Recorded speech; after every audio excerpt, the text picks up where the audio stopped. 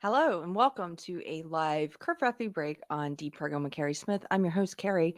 Apologies, 8 minutes late today. I've got a lot of jumbled thoughts, a lot of things on my mind that I want to talk about. Today's going to be another. I'm practicing doing some of these by myself without a guest to discuss things with. So, um, if you pray, say a prayer for me that I'm able to articulate some of these jumbled thoughts in my head uh, in a way that is easy to understand and not confusing. So, first of all, announcements.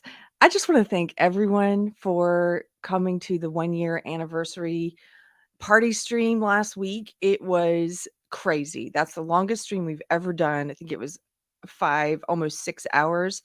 And there were so many fun guests, fun friends, people who stopped by, and it was a little stressful for me because I've never done a stream with that many people, and you can only have 10 people on camera at a time. So I was having to juggle people in and out, and I thank everyone who came. And those of you who, there were some people I invited, forgot to send the link, and I apologize. Um, but we're going to be linking the YouTube channels of all the guests. And I also have a video message from Little Ragamuffin that I'm going to show on Friday. I could not get it to work this morning, so I'll show that on Friday because she tried to get in and couldn't. And Little Rags, we love you. But yeah, it was great. It was people that I've been able to interview or be on their shows in the past few years, and um, people from all different parts of life, I would say, and backgrounds. It was like some people from like the Geeks and Gamers, Friday Night Tights, Comics Division, space, like that area of cultural commentary. Some people that are more like in the gays against groomer space. Some people who are more the knitters. The knitters showed up. So I love that. I love people meeting each other and having a good time, and it was so fun. If we ever do one again, we'll figure out the tech a little better so we can have more people on screen, or maybe schedule people at certain hours so it's not people waiting. But thank you for hanging out. Thank you for supporting. If you are a subscriber, whether you're a subscriber here on YouTube or a paid subscriber, thank you so much. If you do like the show and want to support Deprogrammed, we do have a locals, a Patreon, a subscribe star, and you can be a member here at YouTube. Okay. Chivo Talk. Hello. He says, Happy Sucky Monday, everyone. Oh, I'm sorry. I hope it's not too sucky. Um, it's not too bad so far here. So sorry about that. So the thing I wanted to talk about today, let me take my boots off. This is good. This is a boots need to be off conversation. So as if you're a regular viewer, if you've been here before, you know my story, and I'm a pretty new Christian, and I'm still learning things and figuring things out. I think I'll always be doing that. And there's this guy who's in the news. I'm not, before I became a Christian a few years ago, I wasn't that familiar with what they call big Eva, like big evangelism. And I also wasn't familiar with the prosperity gospel. I've learned a lot about that since then.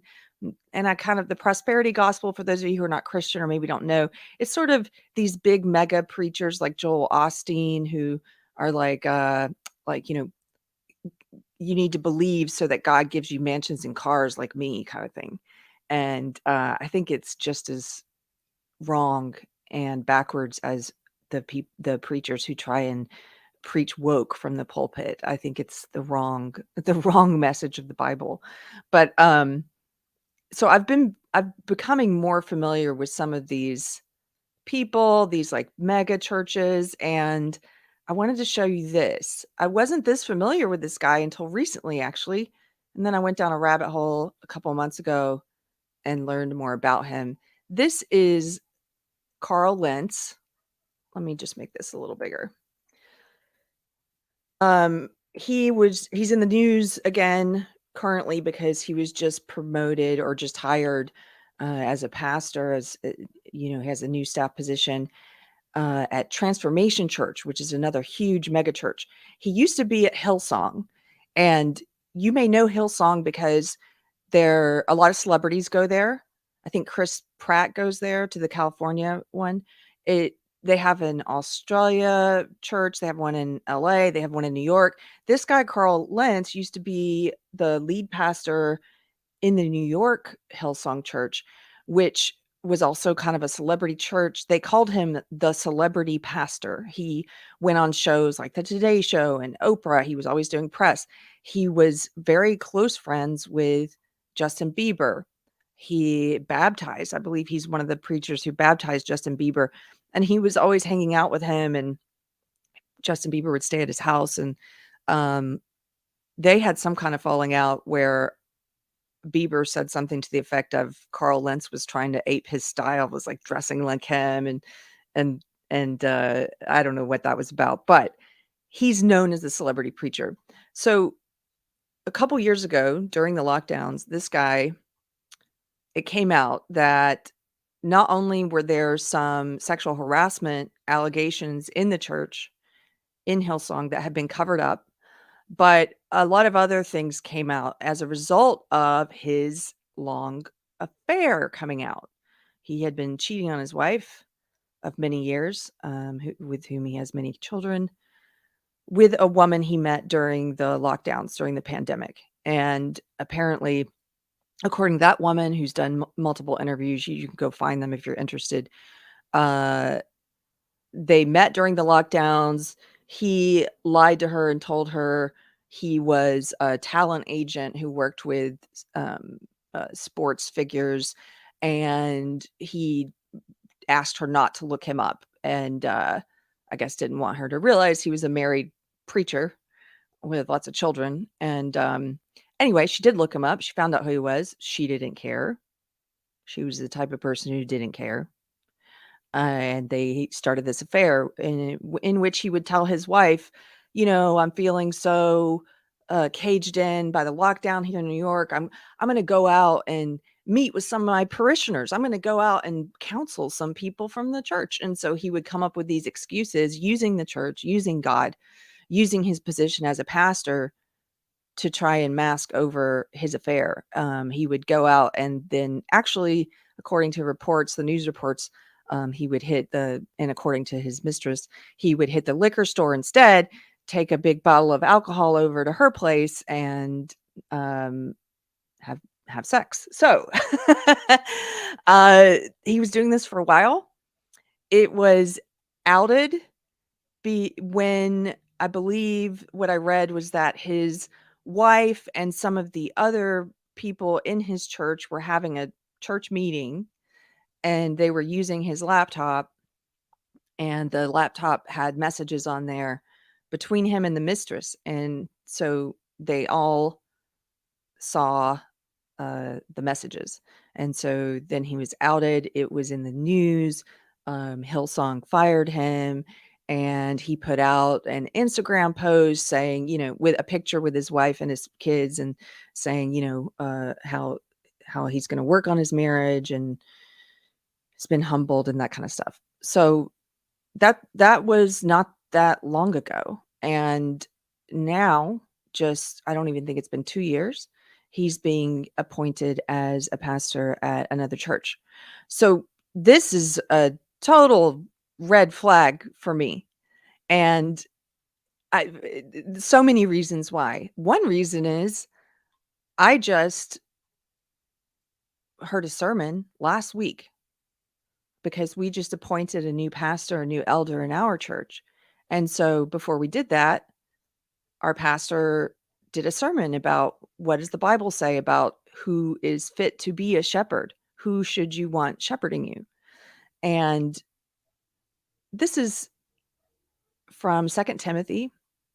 This is part of there's a whole long piece about deacons, and this is the part about overseers. I'm just going to read this because these are the guidelines on what the Bible says about who you should want shepherding the flock at your church.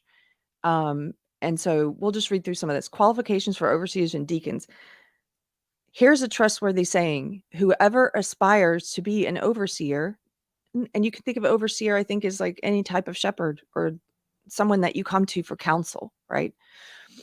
Whoever aspires to be an overseer desires a noble task, Now the overseer is to be above reproach, faithful to his wife, temperate, self-controlled, respectable, hospitable, able to teach, not given to drunkenness, not violent, but gentle, not quarrelsome, and not a lover of money.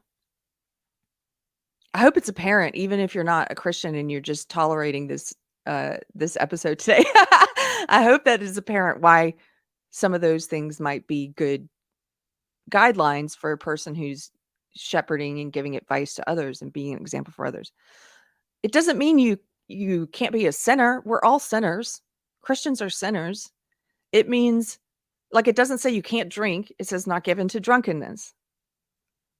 It says self-controlled, temperate, not a lover of money. It doesn't mean you can't appreciate money and try to make money, and not a lover of money, not someone who worships money.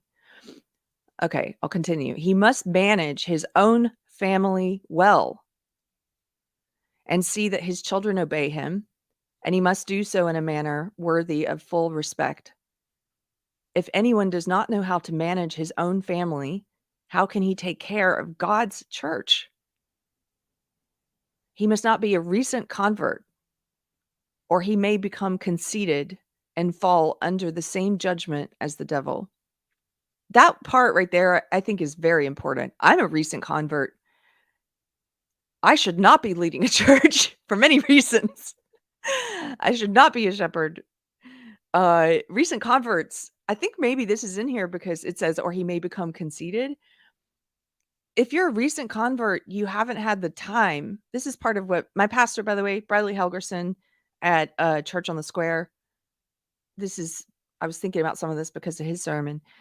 And, he was talking about wisdom requires time. Wisdom is not intelligence. You can be a very intelligent 22-year-old, but I would argue you're probably not a very wise 22-year-old. Wisdom comes with the benefit of experience and mistakes and sins and lessons and things that you've learned from. And I think for any young person who receives any kind of power, fame, money, influence, it's a very dangerous trap. I feel for people who are in that position, who are put in that position at a young age, because I don't think young people have the wisdom to handle those kind of things. This is off subject, but it just popped in my head. Look at Joe Biden's kids. Look at Hunter Biden and Ashley Biden. Look how messed up they are. I was reading Ashley Biden's diary, which has now been confirmed in Project Veritas lawsuit that it is her diary. And one of the things in there that was so sad, she was writing this while in rehab in her 40s. And she had a list of things that she wanted to accomplish within the year. And it was stuff like, number 1, be sober and off of cocaine for a year. Great. I'm actually happy for it. It's never too late. Your 40s is not too late. That's not what I'm saying. I'm just saying maybe a lot of the problems that children like her have, children that were born into fame, power, money, are as a result of them not having to have learned life lessons at a young age. So in her diary, it was like, I want to be sober from coke, but in the next year, I want to quit having sex with random people. I want to maybe start dating. I would like to get a job. This was in her 40s. And I think a lot of that is because, people think, "Oh, I would love to be like that. I would love to be in that position." Wouldn't you want that person's life where you're born into power and money and fame or privilege or what have you? No. No. Everybody has problems. We all have problems and struggles and things we've had to overcome. That kind of struggle, being born into that, I can't even imagine. And no wonder it takes children who are born into that kind of privilege a long time to grow up, if they do. Well into their 40s, like, I would like to get a job. I would like to quit doing hard drugs and stop having anonymous sex. Like, no wonder. No wonder. So, Night Train. I've been off cocaine going on 42 years. Wow, congratulations, sir. Congratulations. But yeah, I didn't mean to go off on the Biden's kids. They were just one example. I mean, look at young celebrities, young movie stars, same kind of stuff. They always seem to fall into addiction problems and things, because I think it's because they have more fame, more power, more money than they can handle without the wisdom that comes later in life with time and with experience. So it says, I think for good reason, that a shepherd, a pastor, must not be a recent convert, or he may become conceited and fall under the same judgment as the devil. He must also have a good reputation with outsiders so that he will not fall into disgrace and into the devil's trap. I'll stop sharing that now, but I just thought, this Carl Lentz thing, I don't understand. I would not want to go to any church. I would not go to any church that appoints someone like him to the position of pastor, because that tells me that whoever's in the decision-making position, the other pastors, the elders there, I don't think they're making very wise decisions. Not only are they not, in my opinion, following the scripture about the qualities to look for in a leader, but they're not considering, the hands that they're putting their parishioners into. And I kind of think of the church as like a hospital for souls. They're doctors of the soul.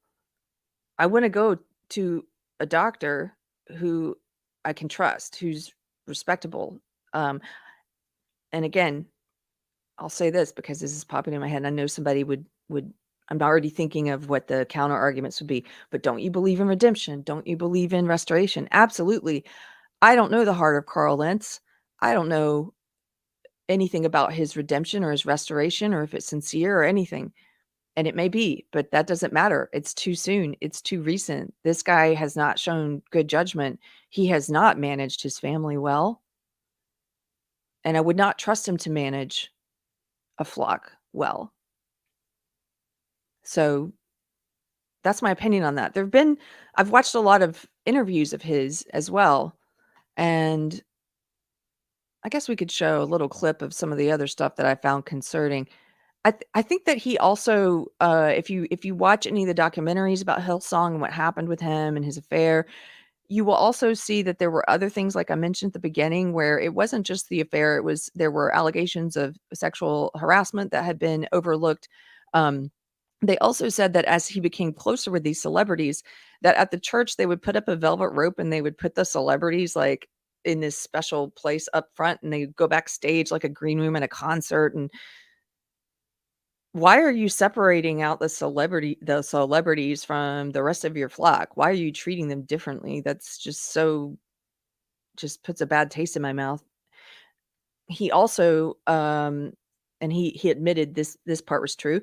He started doing things that were increasingly like, in my opinion, narcissistic. He admitted that like when he had parishioners, he had members of his church working for him in a personal capacity for free. They were volunteers. This was presented as this was part of their duties as the church, is to take on a volunteer position. So he started having all kinds of personal assistants, like Justin Bieber, like the celebrities he was close with. He would have people in the church, like for free, who would come to his house and walk his dog and pick up his dog's poop, clean his house for him. He admitted he had 2 cars. Every time he landed at the airport, he would have 2 cars, 1 car to pick him up with a volunteer from the church driving it, personal chauffeur for free. And he would have a second car to wait for his luggage because he didn't want to wait. That's a little bit narcissistic, I think. So just stuff like that you're like, what? Like, what kind of church was this? Okay, let's share just a clip. Now, I've watched several videos. If you know Chris Williams, True, who's been on Deprogram before, my friend Chris, he's got some great videos about this. I would recommend go and subscribe to True. I'm going to show a different one. This is not someone I was familiar with until the past couple of days. Brylan Riggs. I'm going to show a clip from one of his because he pulled some great clips. So let me see. Here we go. So this guy, Brylan, he has a video called Carl Lentz is Back in the Ministry with Mike Todd at Transformation Church. And here, let's play just a part of this one. Transformation Church. So Carl Lentz is back and he's going full blast. He just joined Transformation Church, which is this church right here. Transformation Church, obviously. Trans is in the title. Transformation. You can be here. Oh, God. The Daily Grace Company is a wonderful company. They have Bible study guides. They have pens and highlighters. Executive past many things that is Michael Todd and his wife, Natalie Todd. It's one of those co-pastor type churches. And, you know, Michael Todd is a very controversial pastor, and I think rightly so because of many things that he has said that I would say are more than sketchy. And, you know, this church also, when you look at their staff, look, executive pastor. I mean, they have more women pastors than they do men pastors. You know, that's another topic for.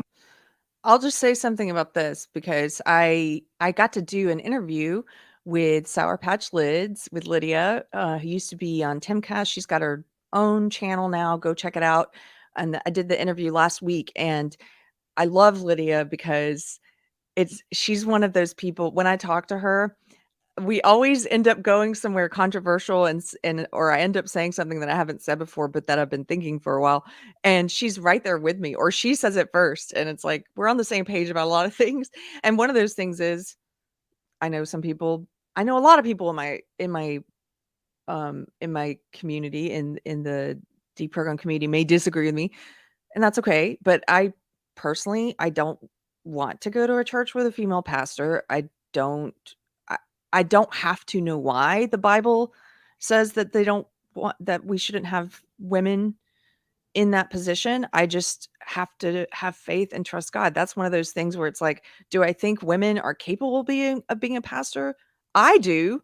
Does it matter what I think when it comes to what God is telling me? I don't think so. And there's probably a reason, like there are with a lot of things in the Bible. There's probably a reason that I just don't understand yet. Like, for example, when I first became a Christian, the verses about sex before marriage, I had a problem with those because I was having sex before marriage and I was trying to, wiggle it around in my head, and I don't really understand why that's in there. And, maybe that doesn't apply and I can ignore it. And I was doing all the mental gymnastics for a little while I was going to church, and God kept convicting me every time. Like it was crazy. Maybe this has happened to you if you're a Christian, but I would open my Bible and it would be right to the same verses or similar verses about taking off the old self and putting on the new self, and about ending sexual immorality. And I would go to a sermon and it would be about the same thing. And there were just all these messages. It was sort of, I'm one of those people where sometimes I pray like, God, if I need a direction or a message, I'm not sure what you want me to do in this situation or what have you, I'll just pray like, you have to make it real obvious for me because I can live in some denial. And so God's like, okay, I'm hitting you over the head with this many times. And now I'm at a place where I think I understand why that's in there. I didn't back then, but I think I understand why God maybe is giving us a guideline that's like, hey, maybe you don't want to have sex before marriage. Because if you think about it, when you're having sex, you're bonding chemically with a person. Your body's producing oxytocin. That's the bonding hormone. That's also something that mothers release when breastfeeding, that they're bonding with their baby. Men and women release it during sex. And I know many women, myself included, who have bonded emotionally with a person who was not good for us and we knew was not good for us. And it's like, why do I have these feelings? Why do I feel like I love this person, even though intellectually I'm like, get the F away from them? And I think that might be why. God's like, hey, sex is meant for marriage because maybe you should be with the person that you want to be with for the rest of your life, who you've chosen as a good partner before you start bonding emotionally. Maybe that's why that's in there. I'm just saying. So, yes, Letta says you're also bonding spiritually. I believe that too. I know some people in the chat won't, but I think you're also bonding spiritually. And so I bring that up because when there's something in the Bible that I'm kind of like, well, I don't think I personally agree with that, or I don't want to agree with that. It doesn't matter. That's my position. It doesn't matter if I agree with it or not. I don't understand why it's in there, maybe, but hopefully in the future I will, like I did with that. And maybe I won't. Maybe it's beyond my understanding. So, anyway, I'm just pause the video to say that is, yeah, I think it's a red flag, like this guy does, that there's a predominantly female pastorship, is that a word, at this church. Let's skip ahead. I want to show you some of Carl Lentz's interviews. Now, this is back before his fall from grace and before he was fired from Hillsong. This is back when he was doing a lot of television interviews and they were calling him the celebrity pastor. And, he's like, I don't know, I guess it was sort of, oh, he's making Christianity cool. Christianity's already cool, guys. Nobody needs to make it cool. Okay, let's go. That's the kind of conversation we would have. Wait, let me back up. Out your story. This is church to have an abortion. Some very disturbing things as well. So it's not a sin in your church to have an abortion? That's the kind of conversation we would have, finding out your story, where you're from, what you believe.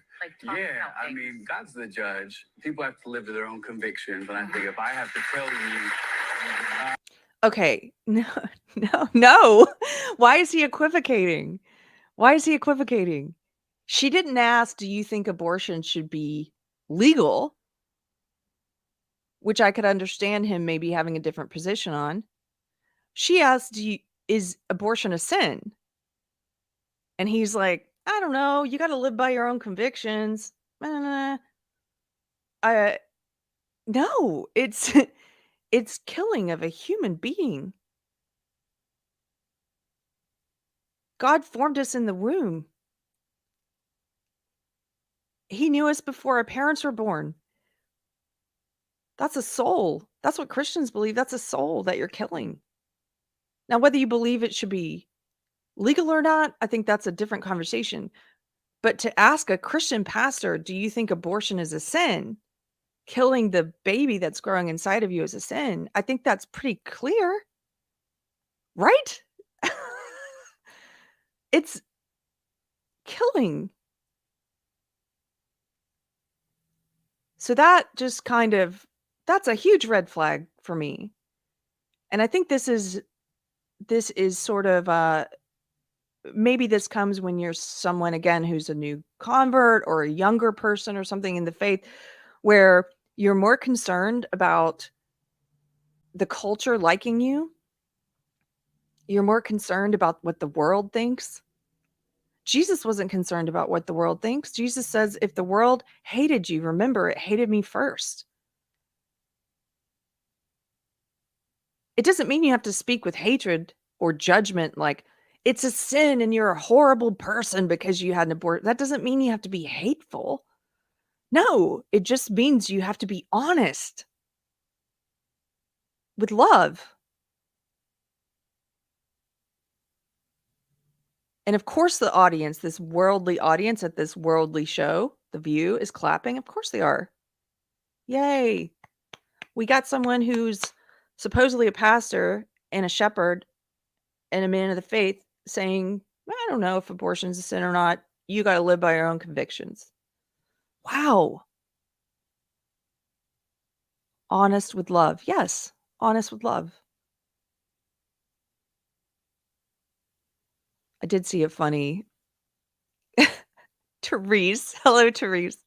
She says he looks like He looks like he ordered a Backstreet Boy from Wish. Yes. Oh my goodness. Okay. Let's play another clip of another interview with Oprah. That's such a broad question. To me, I'm going higher. I want to sit with somebody and say, where do you believe? So it's not an open and shut case with you. Some people would say it is. Do you believe that only Christians can be in relationship with God? No, I believe that when Jesus said, I am the way, the truth, and the life, in the way I read that, Jesus said he's the road marker. He's the map. So I think God loves people so much that whether they accept or reject him, he's still gracious and he's still moving and he's still giving you massive red blinking lights for chances to take a right turn where maybe you would take a left. But I believe God loves people. And that's what this whole gospel is based on. It's love. You take the love out of it, we've got a moral book. Now, clearly you see him downplay that Jesus is the only way to heaven. And on top of that, you see these things that Carl Lentz has said and done and the things he's been a part of.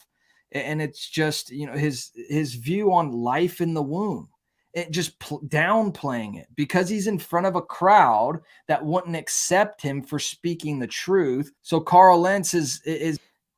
Yeah, I'll stop sharing this guy. You can go check him out. His name again is, let me see. I'm not sure how to make this smaller. So, there it is. His name is Brylan Riggs, if you want to hear the rest of his commentary about it. But I don't disagree with everything he said in the Oprah clip, just to be clear. I do think God is constantly trying to have a relationship with us, with his creation. As a Christian, that's what I believe. And I think he can use anyone. He uses people for good, whether they believe in him or not. He can do that. And I think he's also, in my case, I'll just use my case, so I'm not speaking for anyone else. When I look back on my life and the 20-something years, I considered myself agnostic, but I was very anti-Christian. I had a lot of prejudice towards Christianity. When I look back on that, I kind of view it as God was constantly giving me opportunities to have that relationship with him, to turn to him. And I kept rejecting those opportunities. I kept shutting those doors for years. And I think he does try to reach his children in different, when you're going through a trial, any kind of trial, I view that as an opportunity either to find God or to get closer to God, to really strengthen your relationship, your faith in prayer, to grow in that relationship. That's how I view those things. Those are all opportunities. And so I agree with that part of what he's saying. But this guy, I saw this in the news, and because I had just recently gone down the Hillsong rabbit hole and watched a lot of documentaries about him, I couldn't believe that they're making him a pastor so quickly again and putting him in charge of shepherding the flock and giving them wisdom and advice.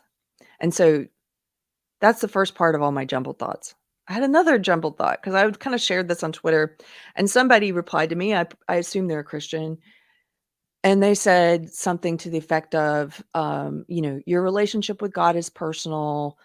Nobody needs a shepherd anyway. Like, nobody needs a church or pastor. And I've encountered this view from fellow Christians or believers, people who believe in God before, and I disagree. And so I'm hoping I can articulate. It's the first time I've tried to speak these thoughts out loud, so bear with me. I'm hoping I can explain why.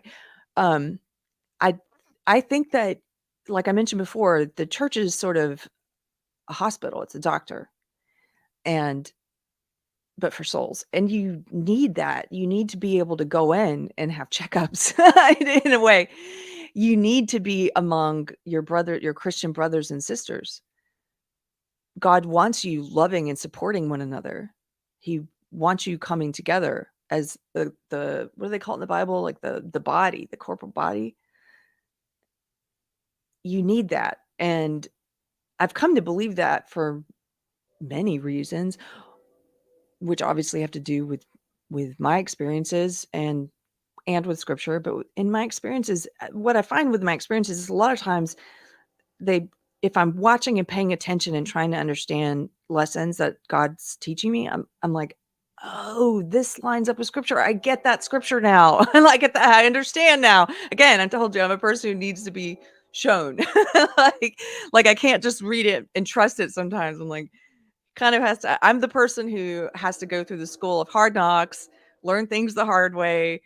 There are some people who are not like that. God bless you. I wish I were like that. I am the child who you can tell not to touch the hot stove, but I probably have to touch the hot stove until I really learn why you said that. So it's not the best way to be. But looking back over my life, it's sort of how I've been.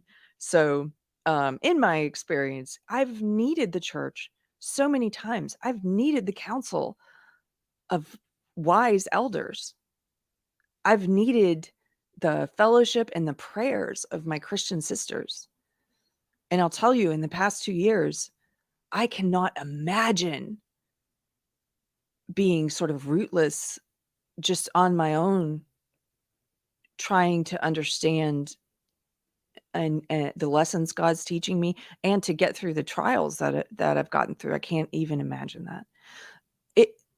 The past 2 years, I had my faith in prayer has become so much stronger, and I did not realize how shallow it was. I was practicing prayer. I was praying every night before meal, trying to have the ritual of it and the habit of it. But a lot of times, maybe this happens to you, sometimes the prayer would just become rote, where you're tired, and that's okay sometimes, but you don't want to get stuck there where it's just this rote thing and doesn't mean anything. You really have to be present, like meditation. You have to be conscious of what you're saying and praying for. And there was a time where I was not going to, for whatever reason, I was not going to other people and asking them for prayers. And so one of the things I learned, if you're a Christian, maybe you're a new Christian like me, or maybe you're an atheist who's watching, who's just curious about, well, welcome to Christian Story Hour. That's what this is. You can watch in, you can be here. But it wasn't until I opened up to some Christian sisters about some stuff that I was going through and asked them for prayer, and they prayed over me and they prayed with me. And I'm going to tell you, it was a miracle that night. Things turned around.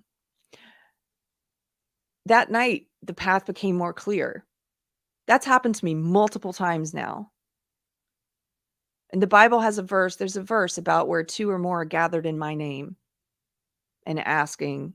I'm going to mangle it. Someone in the chat hit me up with this verse.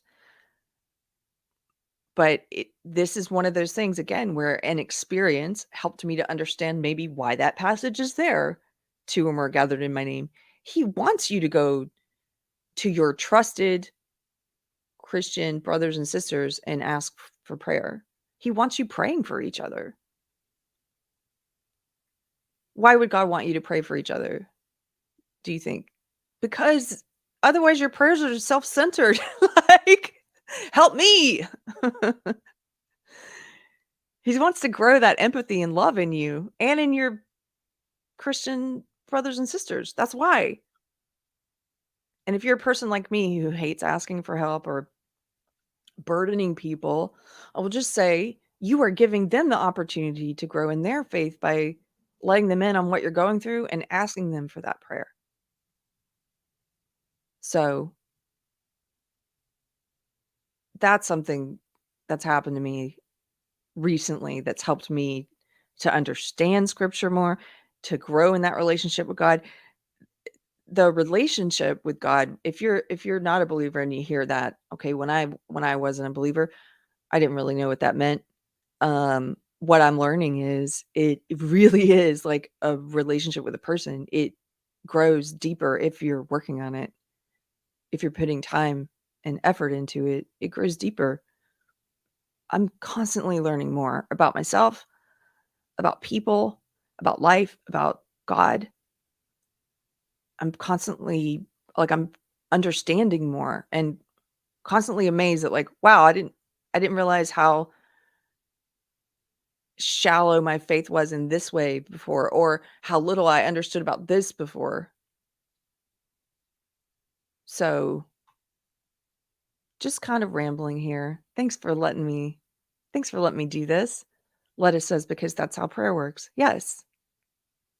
Justin, thank you. Congrats on your 1-year anniversary, Keri. Thank you so much. Keri getting deep today. Well, yeah, I guess so. It's also a bit, like I said, jumbled, because sometimes this is what thinking out loud looks like. And so I appreciate you guys being gracious and letting me do that. I might stumble and make mistakes because I haven't really talked about all this a lot. It's just something I've been thinking about. So here's the third thing. Here's the third jumbled thought that came from this.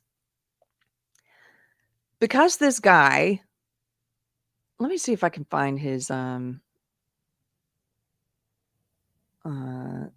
Lentz. Hold on. Let me pull this up. As this guy's in the news, I just had a lot of different kinds of thoughts. Okay, I'm going to share this. So this is his Instagram post after he was fired. So it has been over 2 years. Sorry, it's been just a little over 2 years. So this was November of 2020. And he did a post with his wife and 3 kids. And he made a statement. Our time at Hillsong, New York City has come to an end. This is a hard ending to what has been the most amazing, impacting, and special chapter of our lives. Leading this church has been an honor in every sense of the word, and it is impossible to articulate how much we have loved and will always love the amazing people in this church. I don't doubt that it was an honor for him, but I'm struck by the fact that he hasn't yet, we'll keep reading, but he hasn't yet mentioned how he showed himself to be unworthy of that honor and how ashamed he is. Okay. When you accept the calling of being a pastor, you must live in such a way that it honors the mandate, that it honors the church, and that it honors God. When that does not happen, a change needs to be made and has been made in this case to ensure that standard is upheld. Laura and I are and our amazing children have given all that we have to serve and build this church over the years. Did you give all you had? I don't think you gave all you had. This sentence, I know people think I'm nitpicking, but no. I've become accustomed to looking at the words people choose.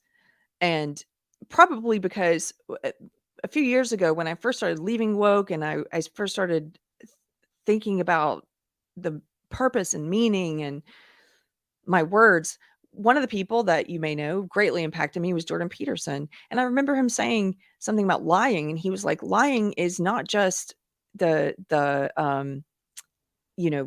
saying something that you know to be untrue.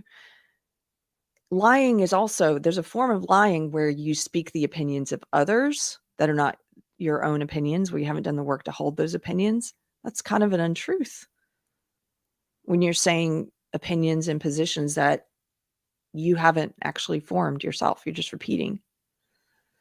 And I started thinking about all the little untruths that come out in our speech because I was trying to root out any untruths in mine. And I started trying to take my time when I spoke. One of my friends, Christian friends who I've talked to before on my old podcast, Samuel Say, he's a great Christian writer. I would go check him out. His blog is called Slow to Write. And I love that. It's a nod to a Bible verse about being slow to anger and slow to speak.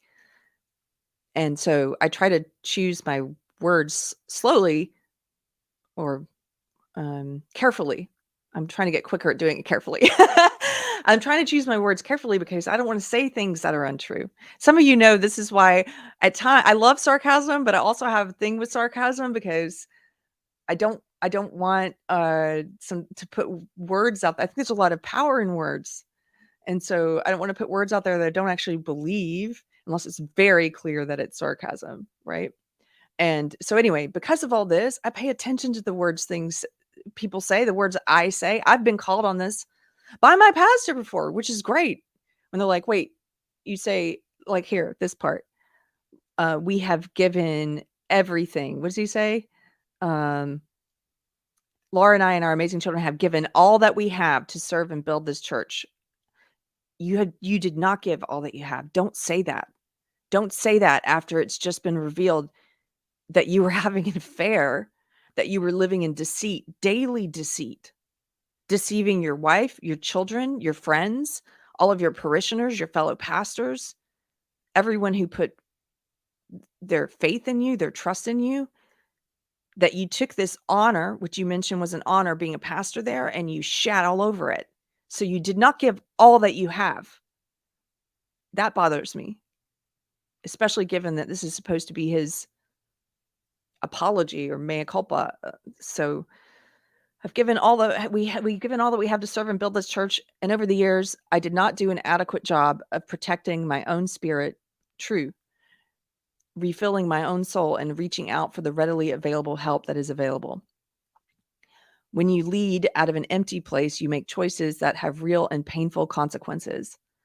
I was unfaithful in my marriage, the most important relationship in my life, and held accountable for that. This failure is on me and me alone, and I take full responsibility for my actions. This is all good. I now begin a journey of rebuilding trust with my wife, Laura, and my children, and taking real time to work on and heal my own life and seek out the help that I need. I am deeply sorry for breaking the trust of many people who have loved serving and understanding that this news can be very hard and confusing for people to hear and process.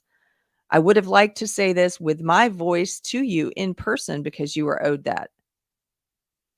Really?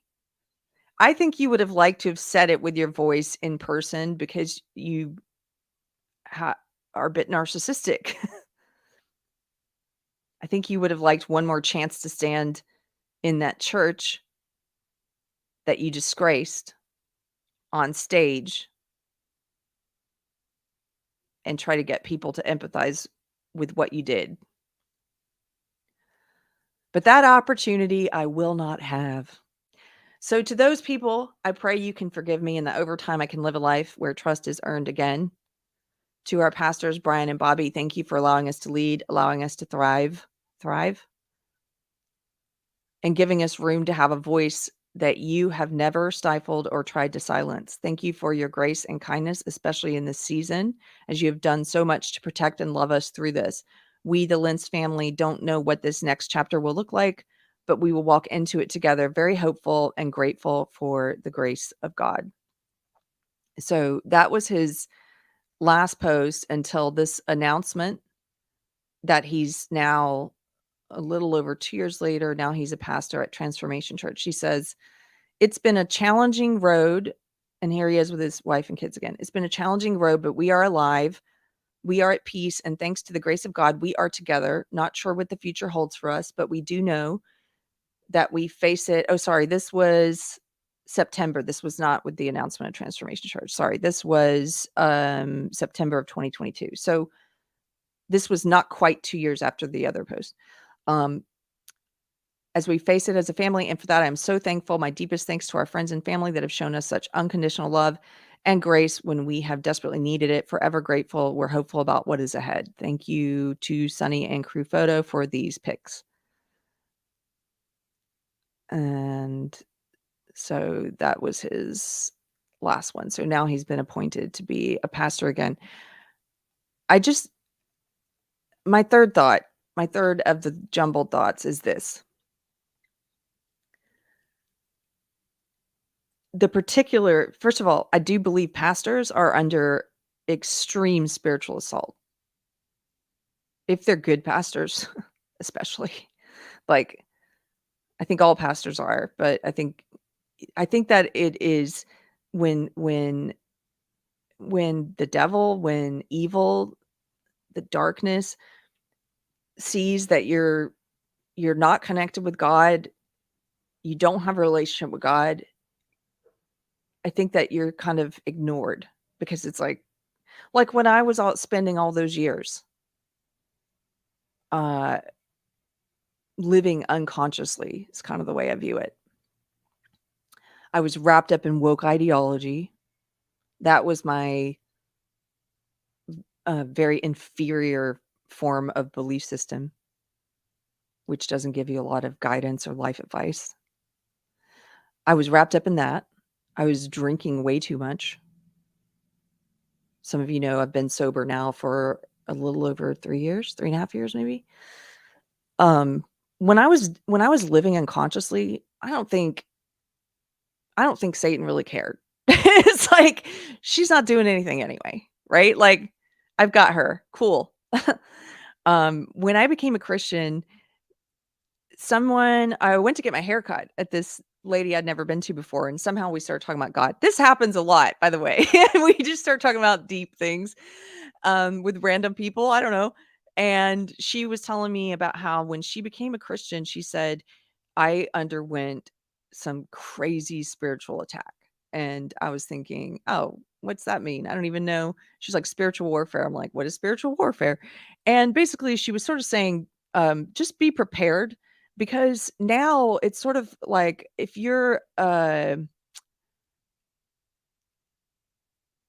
if the devil sees that you are now being used as an instrument of God, if you've developed a relationship with God and you are starting on that path, that right path, now you are a threat to the kingdom of darkness. You are a threat, a spiritual threat, and you're going to be attacked more often. And so that's just as a new believer. Imagine if you're a pastor who's leading people, how much spiritual assault you would be under. I also think it happens because in some ways I thought, now I've sort of like leveled up in a way where in life and life understanding and the way I'm trying to live. And so now there are some learning lessons that God's giving me that I can handle now that I couldn't handle before.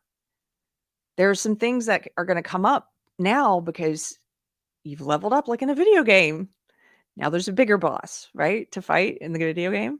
So it's sort of like that. So if you are a new Christian, recent convert, I would just say, I would give you the same advice that hairdresser gave me, which is just be prepared. It's very similar to in AA. They warn you about, I think they call it the pink cloud, when you first get sober, and they say like the pink cloud is sort of where you, everything seems great now. You're like, I did it. I quit drinking. Everything's great. And you're in this sort of euphoric pink cloud. And then the first obstacle that comes along, sometimes for newly sober alcoholics, that first obstacle can knock them right back into drinking because they're sort of shaken awake from the pink cloud. And so they warn you about that. Don't get too comfortable in that feeling of like, everything's great now. I would say that's kind of similar for new believers, because you're just sort of filled with this joy and this new understanding of this is the better way to live in life. This is the better way to live. And you're filled with the Holy Spirit, and you're like, I'm on cloud 9. I have so much love. I have the love of God in me. It's not my love, it's God's love. I feel so good. And then just be prepared, because that first obstacle could shake your faith a little or knock you down a little. Be prepared for that. But all this to say, pastors are under spiritual assault, and your pastor needs your prayers. I saw Samuel say, he said that the other day, and that's true. Your pastor needs your prayers. All the more reason why, because pastors are under spiritual assault, all the more reason why the Bible lays out those guidelines on who is a good candidate for a deacon or an elder or a pastor or overseer. That's why they need to have those qualities. I do not think Carl Lentz has those qualities. I just don't. So a little about the particular trap that he fell into, which is infidelity. This is I'm finally getting to the third and final jumbled thought.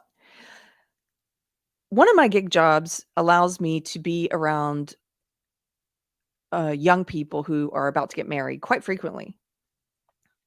I'm not there. I'm not going to give too much details about the job, but I'm not there to counsel them or anything. I'm there to help them have a good time. But sometimes we have deep conversations, or they ask me about my marriage, or, things come up. And one of the things I was thinking about is just marriage in our modern culture. And what does it mean? What does it mean to people? Why do people get married, especially if they're not believers? I don't really understand. Is it just for the tax breaks? Is it just for the legal things that you can do when you're married? Or is it also this sort of, it makes me think it's sort of this cultural remnant. It's become this cultural remnant. I saw a therapist on Twitter sometime in the past year. I think I talked about on the show at the time. I saw a therapist on Twitter say, in seriousness, she said that we should consider changing marriage vows, and instead of saying till death do us part, in sickness and in health, through the good times and bad, we should change it to until this no longer feels healthy and safe and happy for me. What? No. Then what is the point? What is the point of marriage if you're not making a serious vow to be with this person in monogamy, one flesh union, joined spiritually and physically for the rest of your life? Then why are you doing it? Yeah, Surly Unicorn. She basically said the marriage vows should be until it becomes inconvenient. So, yes, Socrates the goat. I think a lot of getting married is becoming a form of conspicuous consumption. Marriage is becoming a sign of affluence. Yes. So there's a lot of reasons I think people who are not believers are getting married. I think it's this cultural remnant where it used to, have this Christian meaning, and you're making a vow before God and your friends and family. You're making an oath. You're making a vow. You're saying words that mean something. That's what it used to be. You're joining together for the rest of your life. That's what it used to be. But now I think that a lot of it is what you just said. One, there's the conspicuous consumption. I don't know if you watch any of these like marriage reality shows, but there's one I've mentioned before that is, I think it's been a while since I've talked about it or seen it. It's called Marriage or Mortgage. And this show's fascinating because they bring on these couples who have managed to save a nest egg of like $30,000. And so they say, in this episode of Marriage or Mortgage, you couple, you're going to figure out if you're going to spend your $30,000 nest egg on a big fancy wedding or as a down payment for a new home on your mortgage, right? And so over the episode, what they do, the conceit is that they have a wedding planner and they have a real estate agent, and they're both vying for the couple to choose them and their service. And so the couple, over the course of the episode, they go and spend a day with the wedding planner, and they look at all the fabulous things they could do with a $30,000 wedding budget. And then they also go with the real estate agent and they look at new homes that they could possibly put a down payment for. And then by the end of the episode, they choose how they're going to spend that $30,000. The show's fascinating because you would be shocked at some of the people who choose to put that 30 grand towards a wedding.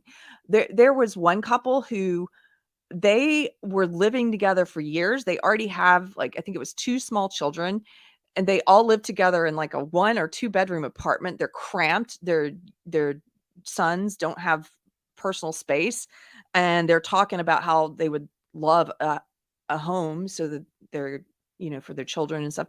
And you're thinking they're going to choose the house. They're going to choose the house, and you can still get married. You can get married today. You can go find a pastor. If you're not a Christian, you don't have to do it with a pastor, but like, you can get married today. It doesn't cost $30,000 to get married. You could buy the house, put the down payment on the house, and have your wedding ceremony at the house in the backyard. That's what we did. It doesn't have to cost that much money. But anyway, so this couple, they are the ones that blew my mind the most, because they're showing their kids, they're showing how cramped they are, and they need a house. At the end of the episode, they chose to spend that $30,000 on a fancy wedding. I was shocked. And here are some of the things that you see if you watch several of these episodes that they're doing at weddings these days. It's like, you go out with this wedding planner and you look at okay, you can have food trucks. How cool. And they say things like, it's a great Instagram moment to have your guests at the food truck. You could have the chicken and waffles truck. You could have the slushies truck. You could have the chocolate dip strawberries truck and the frosé truck.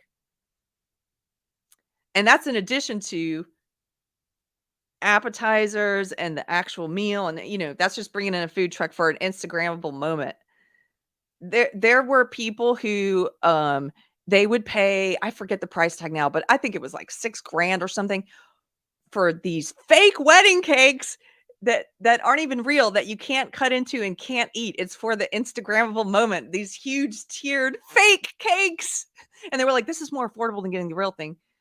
And you get the fake cake, and then you have like over here this little real cake that your guests eat. Why are you spending money on that? Is this what your marriage is about? Is this what your wedding is about? Like, falsehoods? That just gets me. Here's the cardboard fake cake that looks super fancy and expensive, so we can all take photos of it for Instagram. Foreshadowing of your marriage, perhaps. That's what I think. Jules, a cake you can't eat, saying so. I know why. If you really, really, really want that fancy cake, just save up and get the fancy cake. Look, I'm not poo-pooing how you're choosing to, like, I'm not poo-pooing necessarily a very expensive fancy cake. I'm not. I'm poo-pooing a fake expensive fancy cake that's still very expensive. That's still more expensive than buying a bunch of real cakes from the grocery store. Like, what? Nobody can eat that. What? I don't get it. So I think conspicuous consumption. Yes, this is all a part of that. And they have all these like extra things now that at the ceremony, and people buy. I found this out because I bought this. I buy a lot of old furniture for our home on Facebook Marketplace. You can get great deals there because it's before it hits the antique shop. So you're buying it just from person to person. And I saw this beautiful antique Victorian couch for a great price. And I ended up getting it. And the woman I bought it from, they had just bought it for their daughter's wedding, just for Instagram photos. They bought a piece of furniture just for the photos. And, I mean, again, that's not necessarily that terrible. It just kind of blew my mind. I was like, what? And you're not keeping this amazing couch? And then if you look on Facebook Marketplace for antique couches, you'll see a lot of posts like that. This one's great for weddings, for Instagrammable moments. Dion, the fact that you would spend money on a fake cake to impress shallow people says a lot. Yes. So the weddings themselves, the price tags on some of these, $30,000. I mean, they've become exorbitant, just out of control expensive. And so I think Magoats is correct that for some people in this current culture, one of the reasons they're doing it is to have Instagrammable moments. It's a narcissism thing. To have Instagrammable moments and to spend a lot of money and show how much money they've spent. some kind of pride thing. Look at all I can afford, right? I think that's part of it. I think there's something else that's part of it. I think that instead of marriage, people looking at, in this culture, looking at marriage as this very meaningful lifetime vow, they sort of view it as, because it's a cultural remnant, it's something that as a society, a culture we used to value. Some people, we still do culturally, but people don't really think about why, or they don't get deep about what it means. And it's sort of become this thing where people just view it as, well, we've been together this long, so may as well get married because that's what people do. Or they view it as, I think maybe more for the women sometimes, they view it as, again, kind of a ego thing or a pride thing where it's like, look at this person who I got. Like, look at this person who agreed to marry me. I have someone, and it's a part of like what I show to the world now, which is fine. You should show to the world and be head over heels in love with your spouse, and there's nothing wrong with that joy and that wanting to celebrate that. What I'm saying is when it's just that, and there's no deeper meaning, I think you might be in trouble down the road, because when you start having problems in your marriage, which any couple will have, there's no foundation. And it turns out that you didn't actually mean your wedding vows. And you didn't actually mean till death do we part, good times and bad, sickness and health. And you didn't actually think about that part of the ceremony. The most important part of the ceremony is the part that culturally today people completely overlook, I think. Not everyone. I'm speaking in generalities here. But there's all this attention paid to the dress and the cake or the fake cake and the music and this portion of the ceremony and the food trucks and the ice chocolate fountain thing and whatever, all of this. But in terms of like, what does this mean? What does it mean that I'm marrying this person? Why am I doing it? I am not convinced that today, culturally, people think about that a lot. I think it's more of a party, conspicuous consumption, Instagrammable moments, may as well do it. Haven't really given it a lot of deep thought.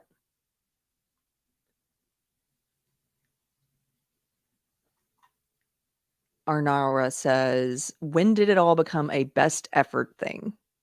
Yeah. I don't know. So, one of these soon-to-be brides that I was hanging out with recently was asking me about marriage. And I said something like this, because this is how I think about it. Again, I'm going to reference Jordan Peterson.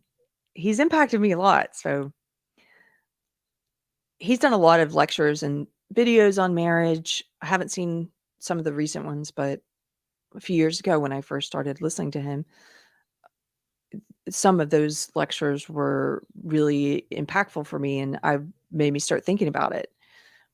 This is before I got married. And one of the things he said is marriage is an agreement. It is a safe space, to borrow a phrase from the woke. Marriage is an agreement and a safe space where you are telling the other person, we are free to be ourselves here and be completely vulnerable with one another. And you're agreeing that we know we're going to see the most broken parts of each other. We're going to see each other's weaknesses, and we're not going to run away screaming. That's what he said. Something to that effect. And that is how I view it. And culture today says, I'm going to marry you for the Instagrammable moments and the narcissism and the pride and the way it looks to others and the conspicuous consumption and for a big fancy party and the getting, I guess you're a bride, getting to have my special day. And I'm going to marry you for that. And until I see a broken part of you that I don't like, and then I'm going to run away screaming. And I'm going to leave you and abandon you. Or until you see that in me and you're cool to run away and abandon me, because it's not really a meaningful vow. And it's just until we no longer feel happy or safe. Or I'll be clear here for a second too. Just to be clear so no one misinterprets me. I do not believe people should stay in an abusive marriage or a toxic marriage. I do not.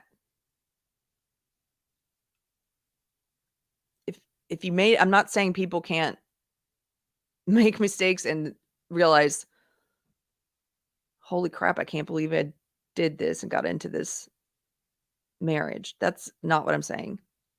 And you should not stay in an abusive marriage. What I am saying is that culturally, we've lowered the bar so far. Instead of it being extreme examples, that marriage is not for you. Yeah, you should consider divorce. Now it's like any marriage until you no longer feel happy. So why? So why do you get married then?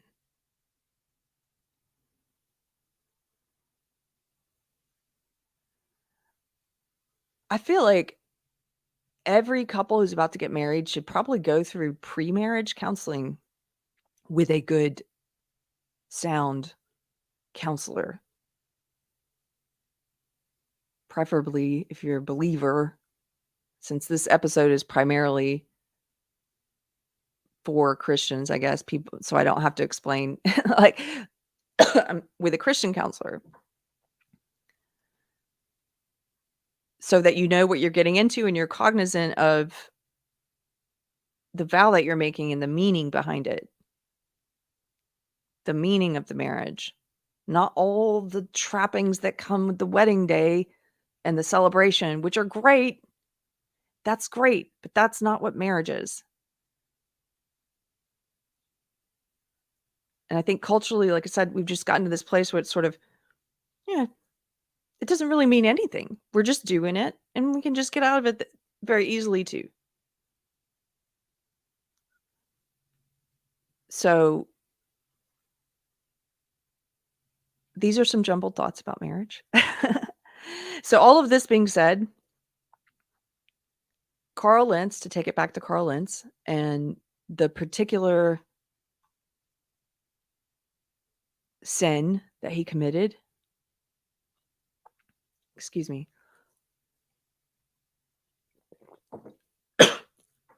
infidelity. I have an acquaintance who is dealing with learning about infidelity now, way after the fact. I'm not going to say anything that will reveal anything about this person other than there are many people who deal with this, so it could be anyone. And it was a long period of infidelity, kind of like Carl Lentz in this acquaintance. I'm talking about years where it was hidden. And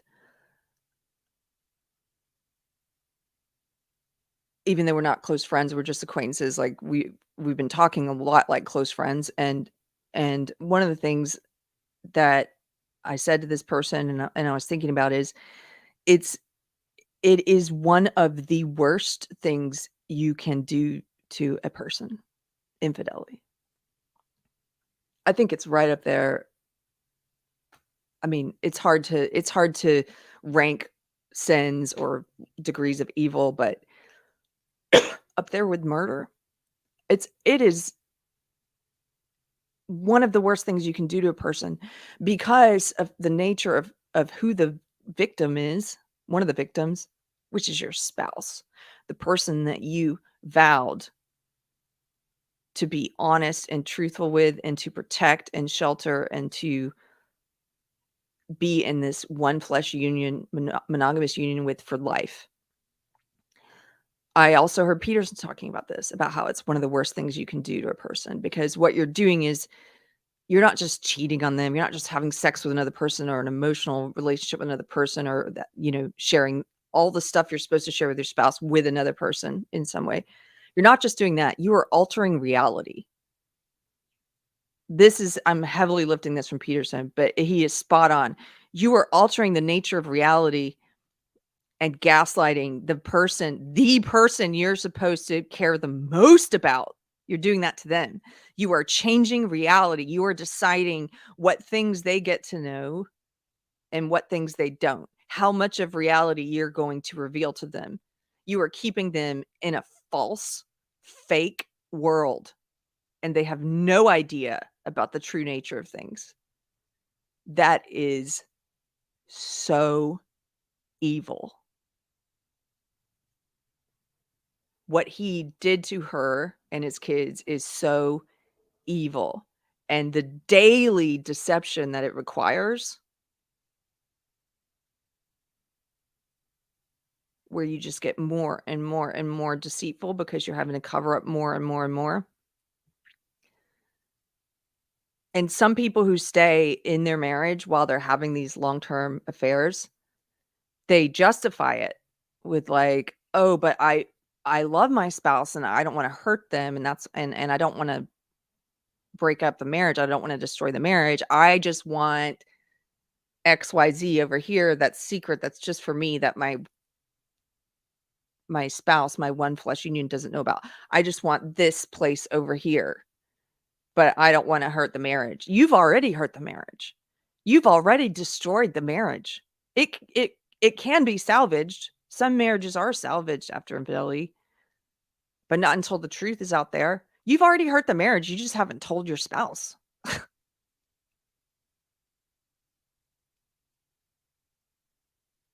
It's ego.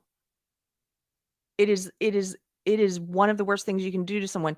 And to draw from Peterson again, you're not just altering reality for your spouse, and now you're living in two different realities, and there's this chasm between you of that cannot be crossed until you both know the truth. A chasm that you've created between you and your spouse.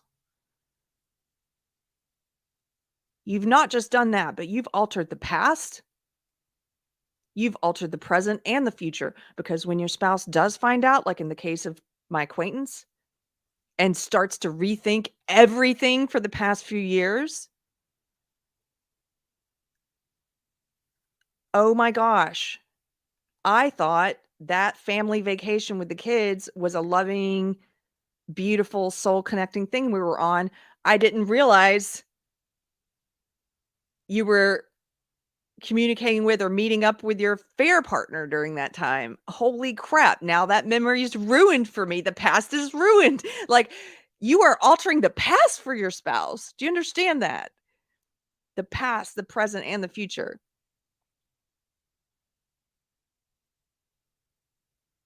Yes, Dan, I agree with you. It is the most destructive thing one can do to another short of murder. You throw their present, when they find out, you throw their present into chaos. You throw the past into chaos. What can be trusted, right? What was real? What wasn't? What did you mean? Did you even mean your vows? You throw all of that into chaos, and you throw the future into chaos and uncertainty. You change all of it with that selfish act and that sin and that choice. And this is what Carl Lentz did. And I'm just talking about the impact on his wife right now, not even the church.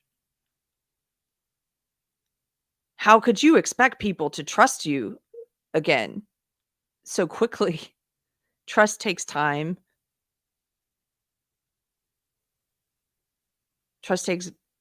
It needs to be validated with behavior over time. And for them to make him a pastor again after the gravity of this kind of sin, it's not some small thing that he did.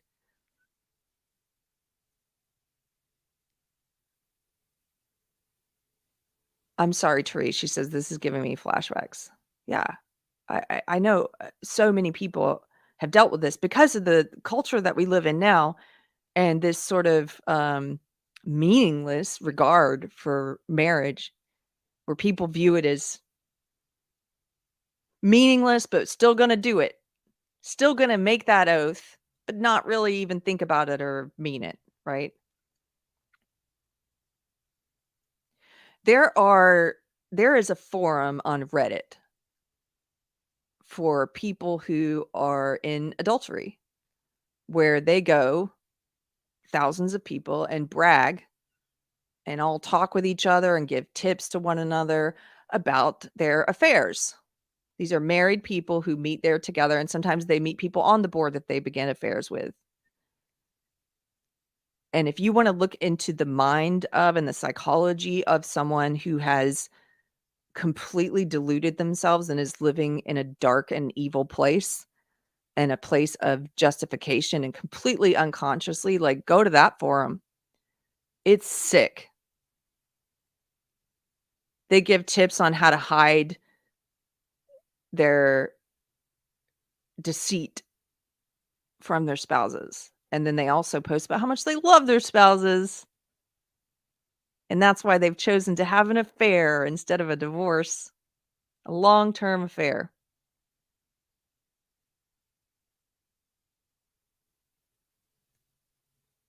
Dan, that is a dark place of false justification. Yes. I saw a post on there that actually made me giggle.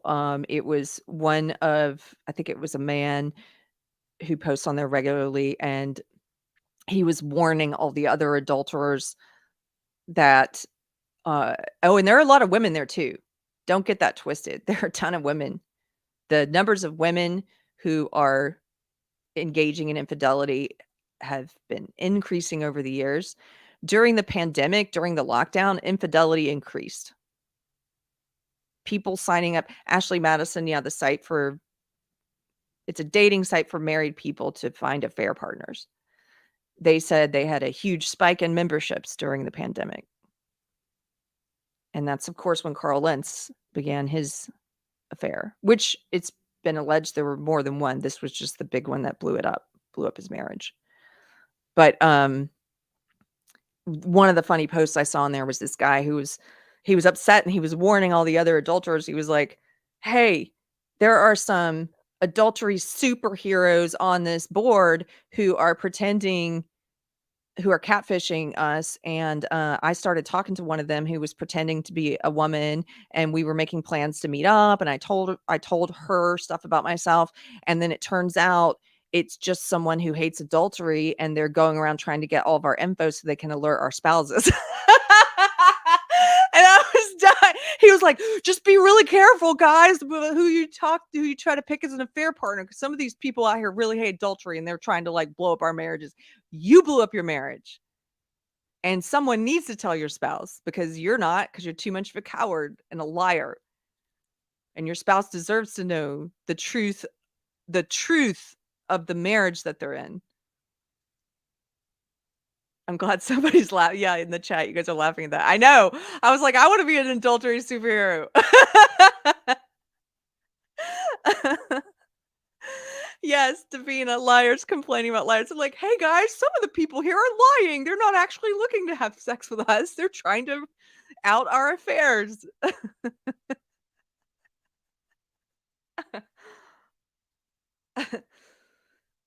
Okay, this has been kind of a rambling stream. Is there a cape? Therese, we should go into business, adultery superheroes, and get capes.